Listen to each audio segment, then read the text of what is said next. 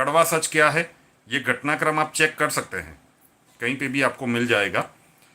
17 जुलाई 2014, 17 जुलाई 2014 का ये वास्तविक इंसिडेंट है, जब भारत के वर्तमान प्रधानमंत्री नरेंद्र मोदी जी जर्मनी से लौट रहे थे। जर्मनी में फ्रैंकफर्ट में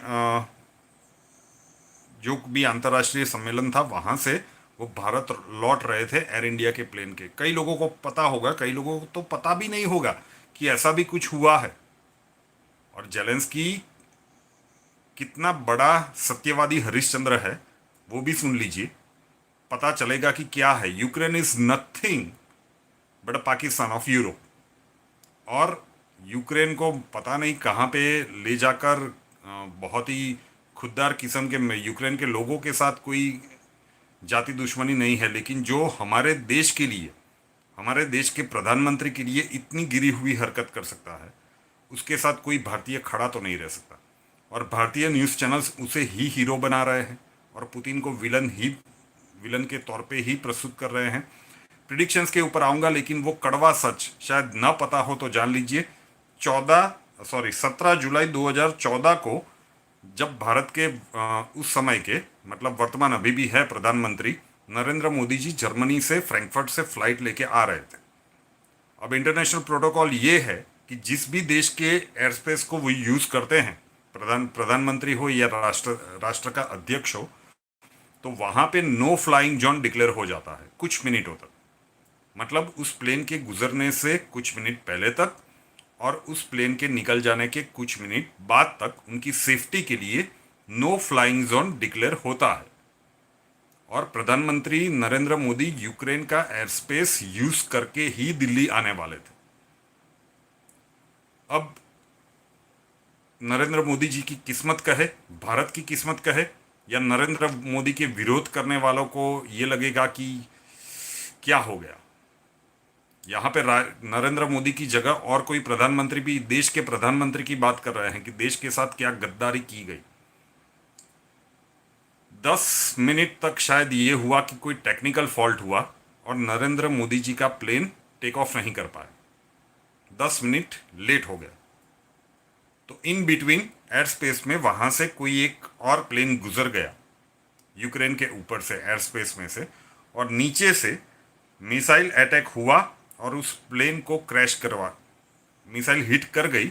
मलेशिया एयरलाइंस का MH17 प्लेन था, उसमें 298 पैसेंजर्स से, उसे मिसाइल से हिट किया गया, वो प्लेन क्रैश हो गया और नरेंद्र मोदी जी बच गए, क्योंकि 10 मिनट टेक्निकल फॉल्ट के कारण उड़ान लेट हुई थी। इस इन बिटवीन, क्योंकि 5 मिनट के समथिंग का ही फासला होता है, तो एक प्लेन वहाँ से पास हो रहा था। जो भी सूचना मिल रही थी कि इस समय के दौरान यहाँ से जो भी प्लेन जाएगा वो कौन हो सकता है, वो एक ही प्लेन हो सकता था, क्योंकि उस एयर स्पेस में से इंडिया के प्राइम मिनिस्टर जाने वाले थे। अब उस टाइम पे तो ये दुर्घटना करार कर दिया गया था। किसी भी, हमें नहीं लगता कि इतना बड़ा हाइप बनाने की ये सत्यवादी न्यूज़ चैनल्स ने कोशिश भी की थी। दुर्घटना है, कुछ फ्लैशेस आ गए थे और फिर घटनाक्रम चला गया था। यूक्रेन की कोर्ट में भी ये मामला नहीं चला था। ये भारत की कूटनीतिक जीत ही है कि नेदरलैंड्स की कोर्ट में इसके ऊपर मामला चला, 4 लोगों को गिरफ्तार किया गया और उसमें से एक का जो स्टेटमेंट था, इगोर गिरकिन करके जो कल्प्रिट था, उसका स्टेटमेंट था और उसने कहा था कि मैं केवल, ये आधिकारिक बयान है जो उसने इंटरनेशनल कोर्ट में दिया है, मैं केवल ये कह सकता हूं कि मलेशिया का बोइंग विमान MH17 पर हमने हमला नहीं किया था, वो प्लेन हमारे टारगेट पे नहीं था।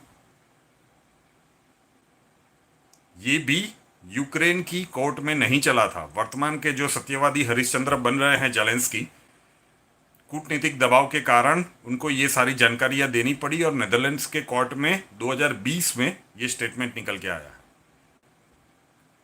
तो आप सोच सकते हैं कि किसको हीरो बना रहे हैं। सामने पुतिन जो भी कह रहे हैं, अब कल के ही कुछ न्यूज़, इंटरेस्टिंग न्यूज़ अगर आप खंगोल के देखना चाहते हो तो पुतिन ने जो क्लेम किया था वो चीज़ कल निकल के सामने आई कि यूक्रेन में अमेरिका का बायो